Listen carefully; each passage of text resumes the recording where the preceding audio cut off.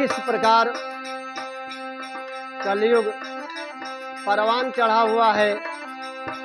एक सावन गीत के माध्यम से गोस्वामी कीर्तन भंडारी की 40 के द्वारा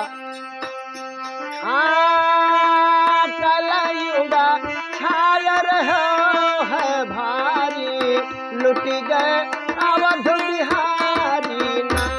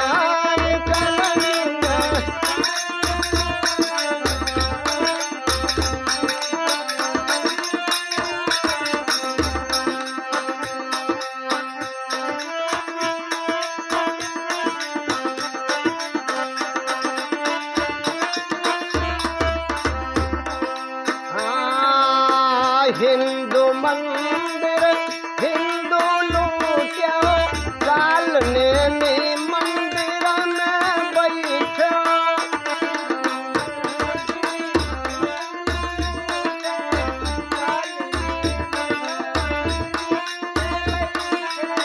हिंदू मंदिर हिंदू लूट्यो, कालने मंदिर में बैठे।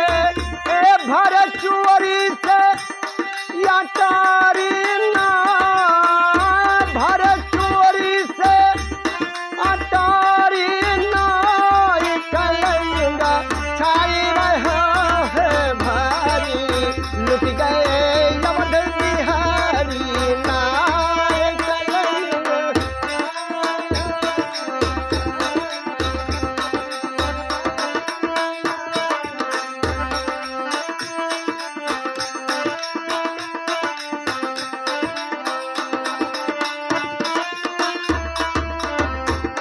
तो कैसे लूटा, किस प्रकार लूटा?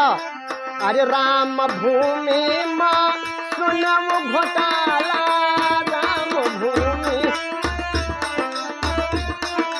अरे पी गए बड़े बड़े जहर के प्याला, पी गए बड़े बड़े।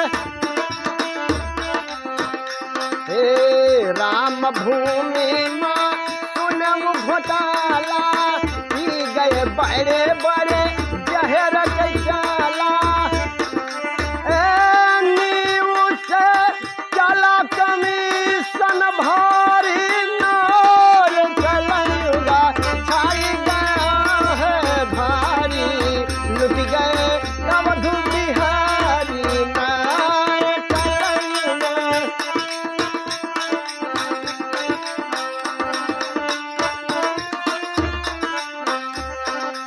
कलयुग छाई गया है भारी, लुट गए अवध बिहारी ना।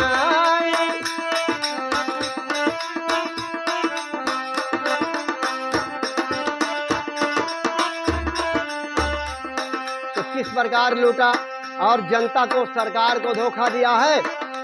अरे सीसीटीवी बिहऊ मिटाई, सीसीटीवी बिहऊ मिटाई। जब कोई बोला बिहऊ हराई, जब कोई बोला बिहऊ हटाई। शामिल बड़े बड़े हाँ खिलाड़ी नार, कलयुग छाई गया है भारी, लुट गए अवध बिहारी ना।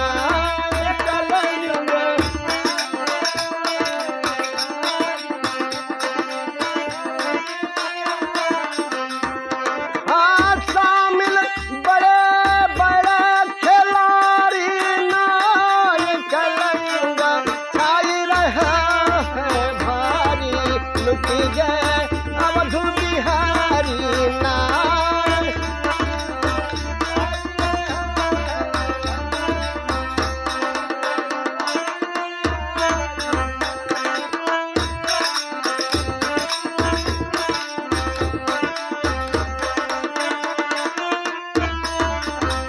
लेकिन अब हाल क्या है?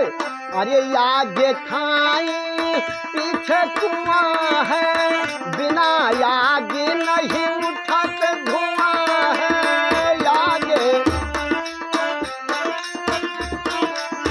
आगे खाई पीछे कुआं है,